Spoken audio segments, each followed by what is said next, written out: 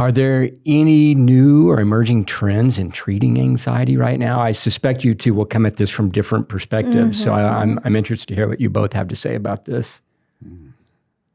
So from a therapy perspective, one of the treatment modalities that we've really embraced recently is called acceptance and commitment therapy. Okay. It's a newer treatment model. It was around pre-COVID, but it really works with the idea of, like what I was saying, the goal is not to get rid of the anxiety. It's to become aware of my body, what I'm thinking, what I'm feeling, and realize that just because I'm having a thought or a feeling doesn't mean I have to act on it. And I'm going to act in accordance to my values and the things that I feel like are important, not necessarily what I'm feeling in this moment. So teaching individuals the skills to, yes, I recognize that I'm feeling anxious, or I'm having this thought that no one likes me or no one will talk to me when I go to this party. But I value community, and so I'm going to go ahead and give that presentation, or I am going to go to that party. So that's one of the ones that we've really trained on at Family and Children's recently, and our clinicians have really enjoyed using that with clients. Sounds like everybody could benefit from that. I agree. Yeah, I'm listening to you and thinking, can I implement this in my own life? I'll give you some names. Okay. Maybe after the cameras go off, you can do a session. Yeah, absolutely. Not. No, you're not going to do that. Okay. Yeah. From the medical side, there's not a whole lot new for the treatment of anxiety. We've had kind of decades of research with using SSRIs, SNRIs, and other medications that really help anxiety. A common kind of misconception that we run into all the time, let's say you get diagnosed with panic disorder or generalized anxiety disorder, and then I'll have people come back to me and say, oh, my doctor gave me an antidepressant. I told them I'm not depressed, that I have anxiety. And so most of those medications, the full classification name is antidepressant / anti-anxiety medication. Oh, okay. And so the chemicals that we're targeting there mostly are serotonin and norepinephrine. Those are the two most common ones in those antidepressants. And those are the same chemicals that regulate anxiety. They're also the same chemicals that regulate gut motility and a lot of stuff in your stomach. And so if you've ever had, stage fright or any type of anxiety, it's almost impossible to have high anxiety and no GI symptoms or stomach issues. It's practically impossible because it's the same chemicals. They're being kind of triggered in the same way with the same process, just in your brain, you're having that feeling of anxiety and it's going to get translated as something going on into your stomach. Okay. You mentioned something earlier that I thought was interesting. I just genuinely don't know this. Do medication and therapy frequently go hand in hand or infrequently go hand in hand? I would say frequently. Oh, okay. Almost all of the disorders that we treat, especially anxiety, will have a therapeutic treatment arm. That's very important. But for not everyone that's going to be completely effective. So, like we said, there's that range. So a lot of the time, if it's mild, even mild depression, but mild anxiety, therapy is going to be probably where you're going to start. And in some cases, it may just be a change in lifestyle that's actually going to get improvement. Once you get into that severe range, I don't really know if really any disorder that once it kind of gets into that more severe realm where medication and some type of therapy is not recommended. Okay. I have to work with Kaitlin hand in hand a lot of the time. So no matter what. We talk frequently. Yeah. All right. Not in a clinical sense, what would you say to someone that might currently be struggling with anxiety, a friend or a family member? How are you going to approach that with him or her?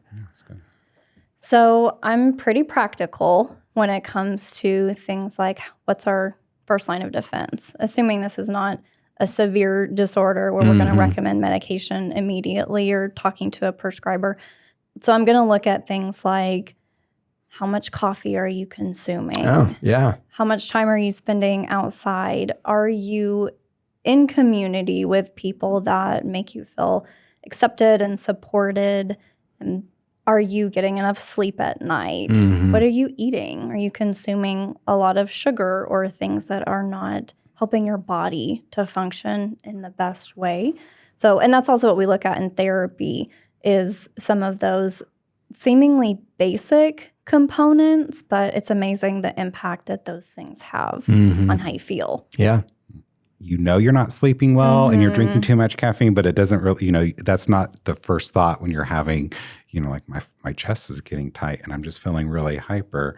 You're like, oh, wait, could it be that I haven't? Yes, it could be that you haven't slept and you've, a gallon of caffeine every morning. So definitely you want to start with those type of interventions first to see how much benefit you can get from it. Yeah.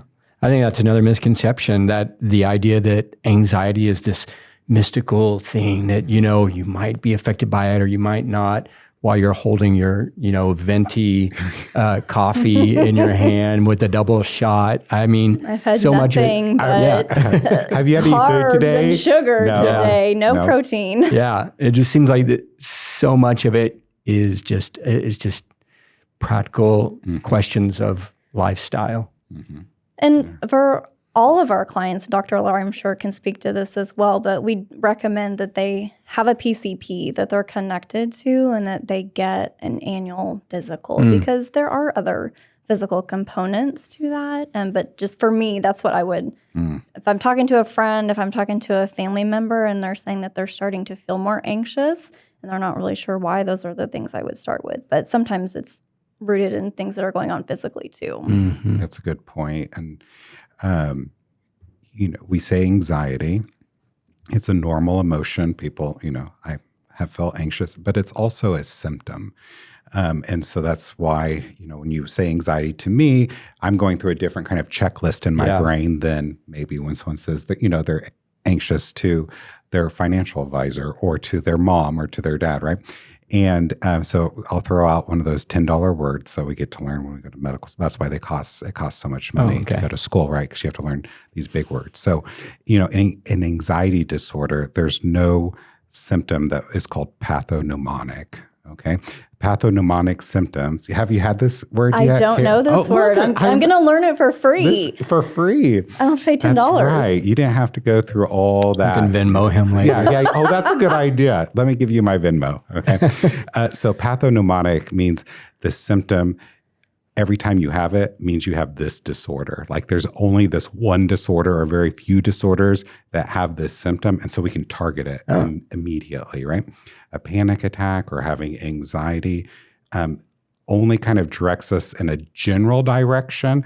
But just like Kaitlin and I have talked about all the different psychiatric reasons why you might be anxious, right? It could be a disorder. It could be generalized. It could be panic. It could be start of PTSD if you've had a trauma.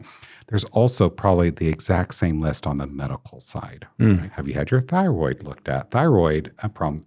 Blood sugar, just that change in blood sugar can cause symptoms that appear to be anxiety, and they may make you feel anxious, but there's not. And it just goes on and on and on. So I think that's really important for us as providers too, as we're going through that checklist of, okay, we've checked over your lifestyle. We're taking your history. We're talking about your coping skills. We're getting all the diagnostic, but also when was last time you saw your primary care doctor? What were your labs? Sometimes people kind of, raise their eyebrow like, why do you want to know what my blood work was? I'm here to talk about my feelings, right? These things are connected. They're all connected. Yeah. Yeah.